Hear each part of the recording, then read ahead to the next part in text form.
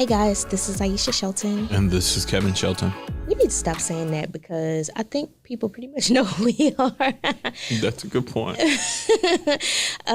Welcome back to the Marriage and Real Estate Podcast. I'm pretty sure that I'm going to forget I said this, and when we come back next time, we'll have that same introduction. I think people do that, though. People introduce themselves on the podcast. You know what? You're right, because what if this is your first episode listening to us, like the most current one? It'll be an interesting listen for whoever's first episode. Not really. I guess that's true. Okay, so today we don't really have a topic. I'm exhausted.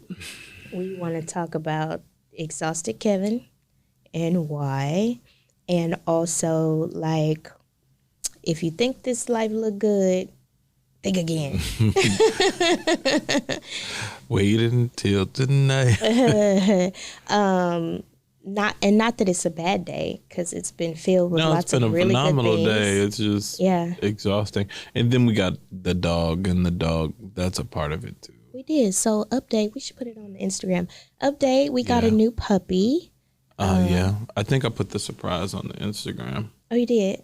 On the story though, but not on the feed. Not on the feed. Yeah. So right about the age when our children turn 2 years old, we start to get baby fever again. Like the we haven't had that many times. Okay, the first time we had a kid. That is true. She got like 2 years old, super independent, and just like a person. It was like, oh, a baby. Yeah. And we're not having any more babies, so we decided to have a puppy. And don't get us, but if this puppy thing don't work out, okay, so back to the streets it goes. Not the streets, but if you have a baby and it doesn't work out, I mean, you just got to live with it, right? I mean, it's a baby. Yeah. I mean, It's a whole baby. I think that I've locked in my mind that this is our fur baby. I think we're in it now. Who is this man? Look at you. I don't know. Fur baby is so cute. I really don't know. Y'all got to see the dog. It's like absolutely adorable. It's a cute dog. It's absolutely. And it's like a good dog. It follows. And it's stuff. very smart. Yeah. It is a golden doodle. Two very smart breeds. Labrador. Golden retrievers. Golden retriever. And a poodle. And a poodle. Golden doodle. Golden retriever. Poodle.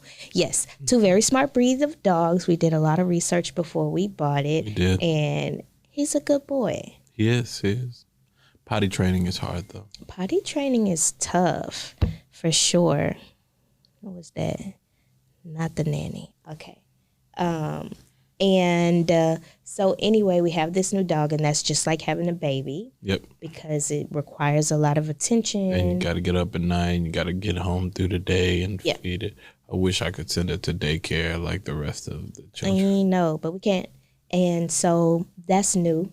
That's new in our lives. But what else is new? I mean, the rest of it just work. I don't know if there's anything else new.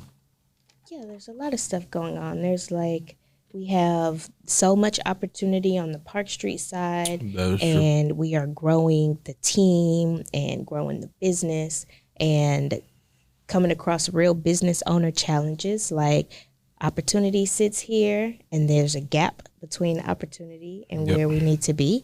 And so finding the solutions to that. Kevin had a really good meeting with a builder. Somebody who's been in the industry for 30 plus years. 30 plus years. And so right now we're building out like our, I don't know, what do you call it? We're building team, advisors, board, right? Like that, yeah. So we've taken this company about as far as we can take it as the Kevin and Aisha duo. Yep. And I hope that everybody's company at some point, or if you have aspirations for this, grows beyond you. And so right now our businesses have grown beyond us. And now it's time that we bring in advisors and counsels to get to the next level.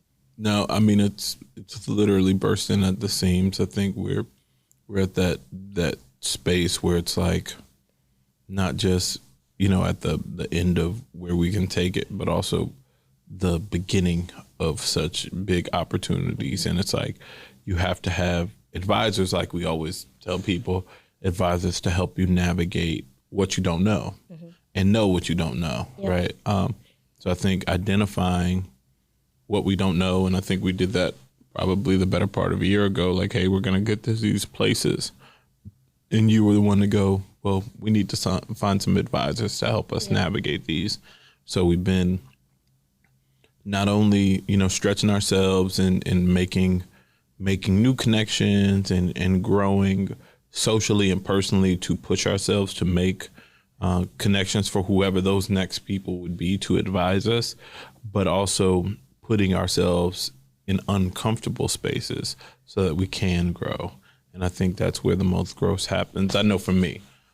So, in stretching, you have to reach out and contact people and ask for help. I think that's the biggest thing that is a struggle for most people, is asking for help and saying, hey, these are some things I don't know. Most people is you. There's other people too. There are people, let's say some people. I'm not saying that you're most people. What I'm saying is you struggle with asking for help. Oh, sure. Yeah. Okay, I'll take that. And I'm the balance for that, right? Because I'm the person who is always like, we should seek help. You only going to ask for help. Yeah. You be like, I'm not doing this. Where's the help? Both of those things are important though, right? Sure. As my husband is super capable and I swear he's an alien. I said that to somebody today. I was like, my husband's an alien. He does all these things amazingly. Like, it's not normal. It's wholly abnormal for you to be able to perform at the level that you do, but also recognizing that there's still more that you can learn, more that you don't know, and you get that. Like, you embrace that. And there's limits, right? Like, I can perform at an extremely high level, but there's only so much time in a day and only so much time I can do. Tell the people who taught you that. You. That's what wives do. Okay. True. Hey. True. And so that was really cool today. I had the opportunity to meet with some fellow BOI women. That means born on the island, and we're from Galveston. Oh, did you? I did. You didn't. I didn't know that. You didn't know. And it is. I haven't seen you since this morning. Haven't seen me. It was a group of women who have pulled their money together for an investment, and they said, like, we trust you and we trust your counsel, and we need to know what's the best way to what should we do with it. And so how did that conversation? It yielded some good content, right? I think everybody feels like that they should be flipping or doing Airbnbs or renovations or buying land or building. And honestly, there's so much more to this than just, I have, $15,000, $20,000 and I want to, build something or build a house or build a community or whatever. There's a lot that goes into it. And so we just discussed some of those things, and they all have careers. They're all successful in their own right and business women. And we talked about passive investment and how people build their portfolios and their lives through passive investments, So I feel like it was an eye-opening conversation, but they brought me really nice flowers, and it was really cool. Yeah, they're beautiful. They came to the office? They came to the office. Oh, look at that. I've missed so much. It's like we started off extremely early this morning. I've been up since like 3 this morning. Yeah. Taking the dog out, children, dropping kids off extremely early. Making it to the office for attorney meetings at 8 in the morning. Yep. And then after that, back-to-back meetings, literally all day, to the point that even before recording, I had to crash out for 2 seconds. I was so tired. Today has been an exhausting day. And it's not over. Far from over. Not over. Far from over. So for those of you that are looking for time freedom because you want to get into real estate. Be your own boss, they say. I want to be able to control my own time. Yeah, you controlling it to the dirt. It is. It's true. And there is some freedom. Oh, sure. And certainly flexibility. I don't know if I haven't been this flexible. I've had about the same amount of flexibility for the better part of 15 years. That's true. I've been pretty flexible. That's true. But I mean, we are in the growth stage. We are in the building stage. And while we have done so much and we've acquired so much, there's so much more to what it is that we have to do. It's like never ending. It doesn't end. No. But it's fun, though. And I'm having a great time. And although I may be tired, I'll recharge. My batteries will shut down and restart the engines, and then I'll be right back at it tomorrow. Yeah, Kevin he's not good at resting. I'm not. No. I think we had literally a whole episode on rest. Yeah, he is not good at rest. He's at his optimal space when he is like firing on all cylinders, and your girl gonna rest, okay? Yeah, I mean, so I have to crash, and then after I crash, I rebound and I go, oh yeah, that was fun. Now let me burn myself out again. Jesus So I'm Christ. probably overdue for a break. I might take you up on what's going out of town this weekend. Oh. Maybe I should. No, you don't. Don't You don't want to do that. Oh man, we need to find some help. Oh no. No. Okay, look, that's offline. That's an offline topic. You want to go out of town without me? I don't want to go with you, but I also don't want you to go. Maybe I'll just do a staycation since you ain't gonna let me leave. It's like handcuffs. I will let you leave. Wedding band handcuffs. I will let you leave. You let me leave. You literally held down the fort for almost 2 weeks and sent me to Greece. Yeah, but you ain't me. I am not you, and I'm glad you understand that. You are not me. Get you a husband that understands that, like, what they expect you to be in their head don't always manifest that way. Listen, get you a husband that work for you. Everybody different. I happen to work for you. Work for me?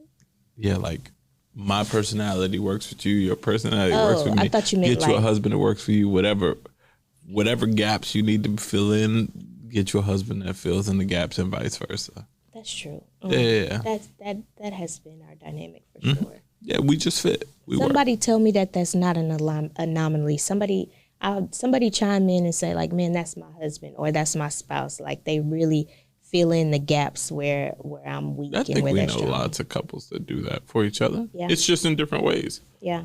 So nothing's right, nothing's wrong, right? I think everybody just fits. You have to find a partner who one you like, right? That you like, that you're attracted to, You're handsome, that tall, you can build a life with. So you see eye to eye on what life should look like, or very close to, and that ultimately you cover the basis for each other. You know, I think everybody gets so caught up on the Bible and help mate, help meet, and blah blah blah, and I think it's really about the dynamics inside your relationship, what you do for each other. Is there a benefit? Is your life getting better with this person? Yeah. And that has to be mutual. It can't be one person's life getting better, the other person's life is getting worse. It's like together, y'all's life is better. However that looks. Yeah, so fellas, that's the key. Like, if you're evaluating if she's the one, you need to ask yourself, does she make your life better? Does she level you up? Better? And if she doesn't, reconsider. I mean, yeah, because that's the direct benefit of being in any kind of relationship. It has to be beneficial. And when I look at my life and who I am and who I've become, my life is much better. Now, is it a lot of work? Sure, but everything's a lot of work. Everything worth it is a lot of work. And that's not specific to you. Life is a lot of work. Yeah. Especially if you want, a better life. So, for me, it's not like, oh man, this is so much or we're doing so much. It's these are the moments that we chose to live. We worked really hard to get to this place, to work really hard. And I'm excited about it. I might be tired today, but I'm in love with my life. So I love your life too. I love your life. And we are overdue for a vacation. Beach. Yes. Okay. So that's one of the cool things. One of our team members told me that today. Like, oh, really? You really got to take a vacation. Yeah, we are overdue for a beach for sure. We need a vacation. And I love the fact that if we want to do that, we can literally book it and go, and that works. And I hate the fact that that's not an everyday reality. You don't want to do that every day. No, I'm talking about, like, actually, we got so much stuff to do. It's hard for us to step away. And sure, we have the ability to do it. Side note, there was a whole Instagram article written about how unlimited PTO is actual, like, a scam. Unlimited PTO. Oh. So a lot of times, and I had this when you work for high level corporate companies and you make over 6 figures, they'll give you something called unlimited PTO. You're like, oh, you can take as much time off as you want, as long as your workload is covered and your manager's okay with it, whatever.